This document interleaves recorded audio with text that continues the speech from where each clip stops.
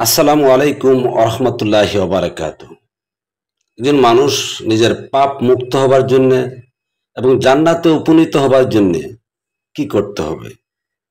সর্বপ্রথম আমাদের জানার দরকার যে আমাদের পাপ কি। সর্ববৃহৎ পাপ হলো অজ্ঞতা, আর পরবর্তী পাপ হলো এই অজ্ঞতায় অনৈতিক কাজ করা। আর সেই পাপ থেকে মুক্তি হয়ে জান্নাতে বা শান্তিতে যাবার যে পথ, তার জন্য সর্বপ্রথম যে কাজগুলি করতে হবে আসুন কোরআন থেকে দেখি। সূরা মায়েদার 12 নম্বর আয়াতে বলেছেন সর্বপ্রথম রাসূলের প্রতি ঈমান আনতে হবে।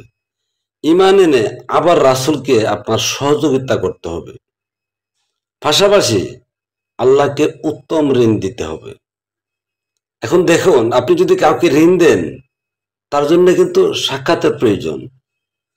আপনি যদি কাউকে সহযোগিতা করেন তার জন্য সাক্ষাতের প্রয়োজন।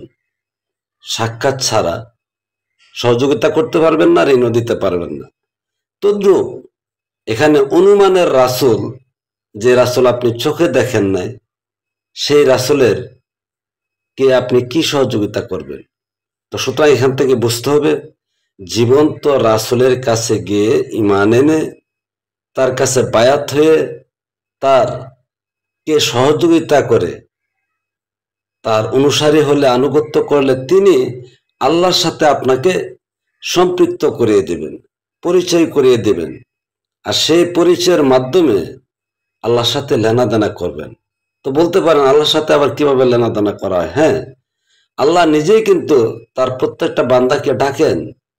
সূরা বাকারার 186 নম্বর আয়াত দেখেন, এবং সে আল্লাহ বলছেন যে তোমরা আমার ডাকে সাড়া দাও, আমিও তোমাদের ডাকে সাড়া দেই। এই যে সাড়া দেওয়া দিই, এই যে মুলাকাত, ওই মুলাকাতের মাধ্যমে ঋণ দেওয়া দিই নেওয়া নিয়ে করে আপনি আল্লাহর আনুগত্য করতে হবে। আর এভাবে যখন করবেন তখন আপনার যে পাপ আছেন সেটা আল্লাহ ক্ষমা করে দিবেন এবং আপনাকে জান্নাতে উপনীত করবেন। আর জান্নাতে উপনীত করলে কি কি পাবেন তাও আপনারা অনেকেই জানা আছেন।